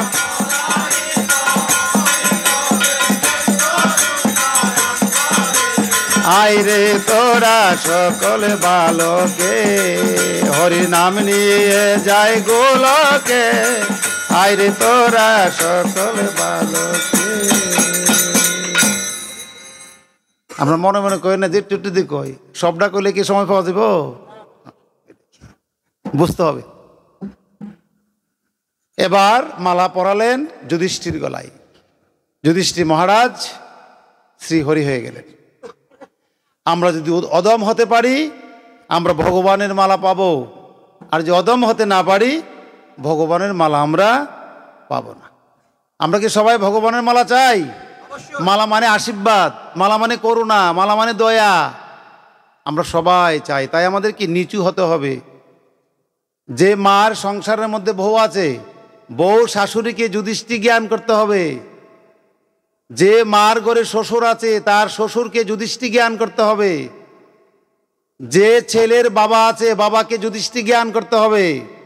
যার ঘরে ভাই আছে, বড় ভাইকে যুধিষ্ঠির জ্ঞান করতে হবে। যেমন শ্রী লক্ষ্মণ রামচন্দ্রকে যুধিষ্ঠির জ্ঞান করেছিলেন, ভগবান জ্ঞান করেছিলেন, গুরু জ্ঞান করেছিলেন। ভরত রাজ্য পেয়েও রাজ্য গ্রহণ করেনি। আমরা কিন্তু শ্মশান কমিটির লাগি কিন্তু বাইরে বাদ দিয়ে দেই, করি না এমন? এমনটি ধর্ম না। ভরত রাজা রাজ্য পেয়েও গুরুর নির্দেশে রাজ্য পেয়েছিলেন। রাজ্য পেয়েও তিনি কিন্তু রাজ্য আসনে বসেনি, শ্রী রামচন্দ্রের পাদুকা বসিয়েছিলেন। পাদুকা বসিয়ে তিনি পুজো করে রাজ্য শাসন করেছেন। এই হচ্ছে ভাই ভাইয়ের ধর্ম, এই হচ্ছে রামের শিক্ষা। আমাদের ধর্ম শ্রীকৃষ্ণের ধর্ম, কিন্তু শ্রী রামচন্দ্রের আদর্শ। আদর্শ আর ধর্ম কিন্তু এক জিনিস না। বলি আবার কেমন কথা? আদর্শ হচ্ছে একটি জিনিস, ধর্ম হচ্ছে আরেকটি জিনিস। আদর্শ হচ্ছে এক, ধর্ম হচ্ছে আরেক। ধর্ম কি? ধর্ম হচ্ছে আপনাকে একজনে 1 মণ চাউল দিয়েছে, আপনি তাকে 1 মণ চাউল দিয়ে দিলেন। আবার আপনার বিয়ের সময় একজন লোকে 1 লক্ষ টাকা দিয়েছে, তার মেয়ের বিয়ের সময় আপনি 1 লক্ষ টাকা দিয়ে দিলেন। এটা হচ্ছে ধর্ম। যদি 1 লক্ষ টাকাতে কম দেন, এটা আপনার অপারগতা, অধর্ম। আবার যদি একটু বেশি দেন, এটা ভালো। আর আদর্শ হচ্ছে এই, 1 লক্ষ টাকা আপনার বিয়েতে দিয়েছে, আপনি তাকে 1.25 লক্ষ টাকা দেন, এটা হচ্ছে আদর্শ। বেশি দিলেন, সমানের সঙ্গে কথা নাই। আবার একজন আপনাকে মেরেছে, আপনি তাকে ক্ষমা করে দিলেন, সমান সমান মার দিলেন না, এটা হচ্ছে আদর্শ। রামচন্দ্র হচ্ছে আমার আদর্শ, ভগবান শ্রীকৃষ্ণ হচ্ছে আমার ধর্ম। বলেন ভগবান শ্রীকৃষ্ণ যুদ্ধ করেছে, রামচন্দ্র কি যুদ্ধ করে নাই? আচ্ছা কখন তো দেখি, আপনার বউ যদি একবার নিয়ে যা, তাকে আপনি যুদ্ধ করবেন না? শ্রী রামচন্দ্রের বউ নিয়ে গেল রাবণে, তারপরেও কি তিনি যুদ্ধ করবেন না? যুদ্ধ শুধু করে নাই, তিনি সেই নদী নদী পার হয়ে গিয়ে তারপরেও তিনি সন্ধি চেয়েছিলেন, বলেছিলেন এখনো যদি সীতাকে ছেড়ে দেয় আমি তার সঙ্গে যুদ্ধ করব না। এই হচ্ছে রামচন্দ্র। একেবারে লঙ্কায় প্রবেশ করে, লঙ্কায় গিয়েও তিনি বললেন এখনো যদি বিভীষণ তুমি তোর ভাইকে বুঝাও, এখনো যদি আমার সীতাকে দিয়ে দেয় আমি যুদ্ধ করব না। এই হচ্ছে শ্রীকৃষ্ণ না শ্রীরামচন্দ্র। আর শ্রীকৃষ্ণ দেখুন কত মহান। শ্রীকৃষ্ণ সেই ধৃতরাষ্ট্রের কাছে গিয়েছিলেন, বলছিলেন রাজন আপনার ভ্রাতুষ্পুত্র 5 জন, আপনার ছেলে 100 জন, আপনি সমস্ত রাজ্য নিয়ে যান আর আপনার ভ্রাতুষ্পুত্রদেরকে মাত্র 5টি রাজ্য দিয়ে দেন, তারা তো এই রাজ্যেরই প্রজা, তাদেরকে দিয়ে দেন। সেই ধৃতরাষ্ট্র রাজিও হয়েছিল, কিন্তু বাদ সাধল ওই দুর্যোধন পরে কন্যা রে বাবা, ওই বাবার চেয়ে পুত্র। আমার মধ্যে আছে না বাবা বুঝে না আমি বুঝি, এমন আছে না আমার মধ্যে এমন লোক কিন্তু আছে বাবা বুঝে না আমার লোক এখন, বাবা কি বুঝে বুড়া মানুষ আমার লোক এখন এর কাছে কই। এই হচ্ছে আমাদের দুর্যোধন। প্রত্যেক ঘরে ঘরে দুর্যোধন আছে, আমরাও দুর্যোধন, কারণ বাবার চেয়ে যে বেশি বুঝে হেই দুর্যোধন। ওই দিন যদি দুর্যোধন বাবার চেয়ে না বেশি বুঝতো আজকে হস্তিনাপুর ধ্বংস হয় না। আমরাও যদি বাবার চেয়ে বেশি বুঝি ধ্বংস হব, আর বাবার চেয়ে যদি একটু কম বুঝি আমাদের অস্তিত্ব থাকবে। যদি বাবা আমার চেয়ে কমে বুঝতো আমাকে জন্ম দিলে কি করে, যদি বাবা আমার চেয়ে কমে বুঝতো, মা আমার চেয়ে কমে বুঝতো, আমাকে লালন পালন করলো কে? এই কথাটা আমাদের গুরু গোসাইরা ব্রাহ্মণ পুরোহিতরা বোঝা না, বলে না। এই রাম রাবণের কাহিনী পাইছে কে গুত্রে কোনটা, খালি এগুলি বলে। সংসার সুখের না হলে আমরা কই কিন্তু সংসার সুখের হয় রমণীর গুণে, আর রমণীর গুণে না। সংসার সুখ, সংসার ধরেন স্বামী স্ত্রী আপনার সবাই ভালো, অনেক একটা ছেলে জুয়া খেলে সংসার কি সুখের হবে? রমণীর গুণে সুখ হইলে কই? সবাই ভালো, আপনার স্বামী মদ খায়, সংসার কি সুখ আসবে? তাহলে সুখ হইলে কই? শুধু রমণীর দোষ দেন কেন? সংসারের মধ্যে একটি সদস্য যদি অমানুষ হয় এই সংসার কখনো সুখের হয় না। এই জন্যে ধর্ম করতে হলে পঞ্চপাণ্ডবের মতো 5 ভাইয়ের মতো আমাদের হতে হবে। মাকে যেভাবে মেনেছেন ঠিক সেভাবে, ওই দুর্যোধনের মতো না। সেদিন যদি দুর্যোধন কথা না বলতো, ধৃতরাষ্ট্র যখন আজ্ঞা বলছিলেন বাসুদেব তাই হবে যখন বলছিলেন, এটাই যদি মেনে নিত আজ যুদ্ধের প্রয়োজন পড়ে না। কি বললেন দুর্যোধন? কি বললেন? বিনা যুদ্ধে নাহি দিব সুচাগ্র মেদিনী। মেদিনী হলো মাটি, সুচাগ্র অর্থে শুয়ের আগা। শুয়ের আগার মধ্যে যে মাটি ধরে ওই মাটিও বাসুদেবে বলে নাই সেই সময়, বলেন গোয়ালা। ভগবান শ্রীকৃষ্ণকে অপমান করলেন। কে করলেন? দুর্যোধন। ভগবান কিন্তু গীতায় একটি কথা বলছেন। আমরা কিন্তু একটা সমাজে, এমন একটা সমাজে বাস করি দেখবেন তো, যে একটু তিলক করে তারে নিয়ে মানুষ হাসে, যে মালা দেয় তারে নিয়ে হাসে না, যে ধর্মকে তারে নিয়ে আসে। আমাদের গুরুদেবের দাড়ি রাখছে, মোছ রাখছে, চুল রাখছে, আমরাও রাখছি, আমরাও লয়ে আসে, টিটকারি করে মস্কারি করে না করে। আমার হলে আসুক, সমস্যা নাই, আমার হলে আসে, আমি আসার কাজও করি, আসবেই, এতে দোষ নাই। কিন্তু কথা হচ্ছে যিনি ভক্ত, ভগবান বলছেন আমি 3টি অপরাধ ক্ষমা করি না, 3টি অপরাধ আমি ক্ষমা করি না। আমি সুদর্শনকে আহ্বান করি 3টি অপরাধ যে করে। কি কি বলেন? যে আমার ধর্মকে অপমান করে, যে আমার সাধুকে অপমান করে, যে পাপীদেরকে সাহায্য করে। পরিত্রাণাং সাধনাং বিনাশাচায় দুষ্কৃতাম, বলে না কথাটা? যে আমি সাধুদেরকে রক্ষা করি, পাপীদেরকে বিনাশ করি, আর ধর্মকে শক্তিশালী করি। আমরা কিন্তু যারা ধর্ম করে তাদের প্রতি আমরা অবহেলা করি। যে ধর্মের পক্ষে কথা বলে তার পক্ষে লোক থাকে না, অধর্মের পক্ষে সব লোক। আর পাপীর পক্ষে বেশি লোক থাকে, দেখবেন থাকে না, অধর্মের পক্ষে বেশি লোক। এই জন্য আমাদেরকে ধর্মের পক্ষে থাকতে হবে। যে ধর্ম করে তাকে নিয়ে একটু হাসি টিটকারি না করে তাকে একটু সাহায্য করুন না। হে অনুকূলটা করে শিষ্য, অসুবিধা কি? হে রামটা করে শিষ্য, সমস্যা কি? হে দয়াময়ের শিষ্য, সমস্যা কি? ওই লোক রামকৃষ্ণ মিশনের শিষ্য, সমস্যা কি? এই লোক কুলগুরু শিষ্য, আমার আপত্তি কি? ওই লোক হরিওমের শিষ্য, সমস্যা কি? ভগবান তো বলছেন যে যেভাবে ভজনা করে আমি তাকে সেভাবেই দর্শন দেয়। ভগবান তো কাউকে বাদ দেয় না, আপনি কেন বাদ দেন? ভগবান তো কাউকে ঘৃণা করেন, আপনি কেন ঘৃণা করেন? ভগবান তো কাউকে অপমান করেন, আপনি কেন অপমান করেন?